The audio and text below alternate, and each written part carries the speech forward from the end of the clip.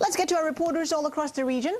Heidi in Sydney tracking the movers down under a mic for all the latest Japan movers. First off, Heidi, a flood of good news in Australia translating into gains on the stock market this morning. Pretty good news, huh?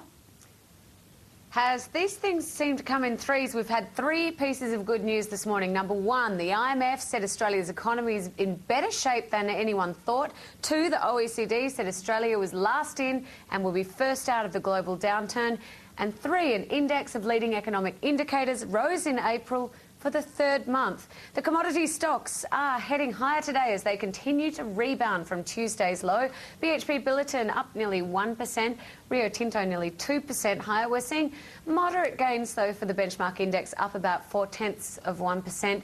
Part of that reason is we're seeing the banks being a bit of a drag on the index at the moment. We're seeing the Commonwealth Bank heading lower. Just as I say that, the ANZ and the Westpac Bank turn into positive territory.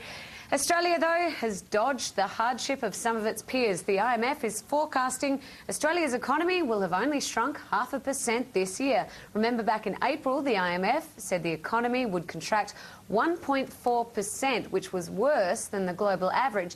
Now it's predicting growth in 2010 to be about 1.5% in Australia, more than double their April forecast. And the OECD is even more upbeat. It's predicting the economy only declined 0.3% this year. And it's predicting the economy will roar back in 2010 with 2.4% growth next year.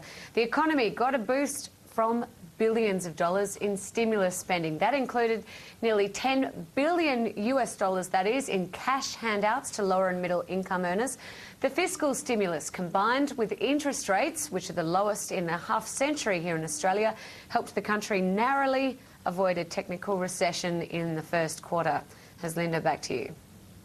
What did you do with your cash handout? I bought a pair of shoes. I think I'm wearing them now, but I don't think I should hold them up for the TV. Next time in private. Thank you so much for that.